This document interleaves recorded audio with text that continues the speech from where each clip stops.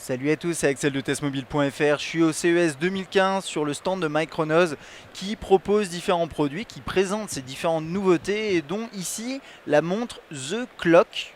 Donc The, bon c'est ZE mais ça veut dire The Clock en anglais. Bien sûr Clock ça veut dire une montre et pas pour rien puisque bon bien sûr Micronos propose des produits de type montre, mais ici c'est vraiment c'est pour faire le meilleur entre guillemets des deux mondes, c'est-à-dire une montre analogue, donc au format, voilà, vous le voyez, avec des aiguilles. C'est une montre à quartz.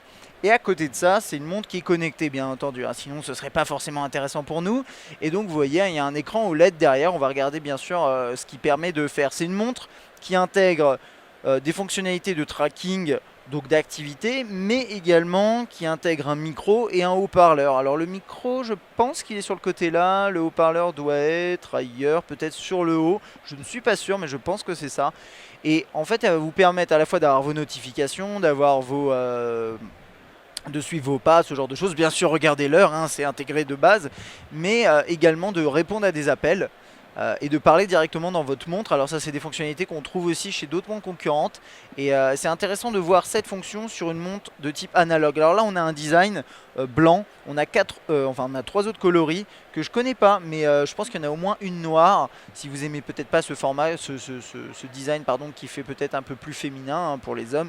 Elle est un peu épaisse. Un peu épaisse, à mon avis c'est par l'intégration de... vous voyez déjà il y a la recharge la recharge magnétique sur le côté, on a l'analogue et la partie ensuite OLED par dessus. Alors on va zoomer un peu dessus et puis on va regarder dans les moindres détails comment elle est. Plutôt sympa, donc on a ce système là, alors je sais pas comment ça s'appelle, je suis désolé, mais qui permet simplement de de poser un marqueur hein, sur votre compteur. Je trouve ça toujours sympa. Donc c'est une analogue, là vous la voyez, qui fonctionne très bien. Des boutons sur le côté, bien entendu. Donc là pour régler l'heure, hein, je vais pas le faire, normalement vous le tirez vers l'extérieur, enfin comme n'importe quelle montre du genre, et puis vous pouvez appuyer ensuite sur ce bouton. Alors le bouton en bas, il permet, sauf erreur de ma part, de créer l'appairage, mais pas uniquement. À mon avis, ça permet aussi de lancer. Par exemple, là j'ai le chronomètre, ça permet de le lancer. Si je me trompe pas, j'ai l'impression qu'il tourne là le chronomètre ou pas. Oui, voilà. Alors, le seul truc que je vois là tout de suite, et c'est un truc que j'ai vu un petit peu précédemment aussi, mais qui peut être éventuellement reproché, c'est typiquement là, vous voyez, les aiguilles elles sont devant le cadran et je vois pas ce qui se passe. Mais bon, une bonne partie du temps, ça devrait pas être gênant. Alors. On passe là-dedans. Ah d'accord, on peut sélectionner des options comme ça, excusez-moi. Ok, d'accord, je viens juste de comprendre. Et là, je reviens en arrière, c'est ça? Je pense qu'il y a un truc comme ça. Là, je lance le chronomètre, très bien. Et ensuite, est-ce que je peux rester appuyé là-dessus? Voilà, je reviens en arrière. Ok, donc là, elle s'appelle en Bluetooth. Que dire de plus? Elle est compatible, donc c'est du Bluetooth 4.0, elle est compatible iOS et Android. Vous pouvez donc répondre aux appels, etc. Elle a une autonomie de 3 à 4 jours.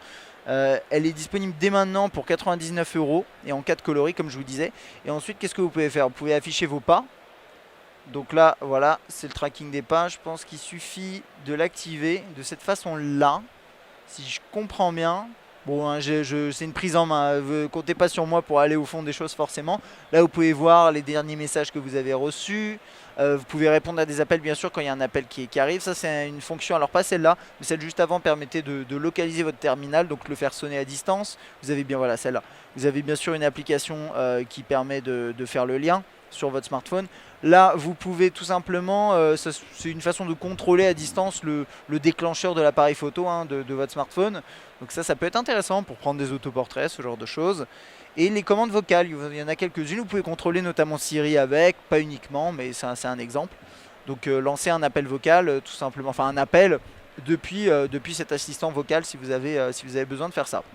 Voilà, c'est un produit qui peut convenir aux personnes qui aiment bien l'aspect connecté, mais qui souhaitent avant tout avoir une montre qui ressemble à une montre.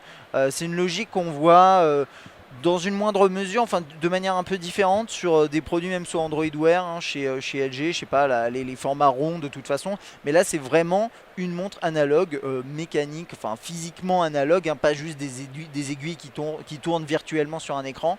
Et puis derrière, un écran OLED. Donc pourquoi pas, ça peut être intéressant. Voilà, n'hésitez pas à dire ce que vous en pensez dans les commentaires. Puis moi, je vous dis à bientôt.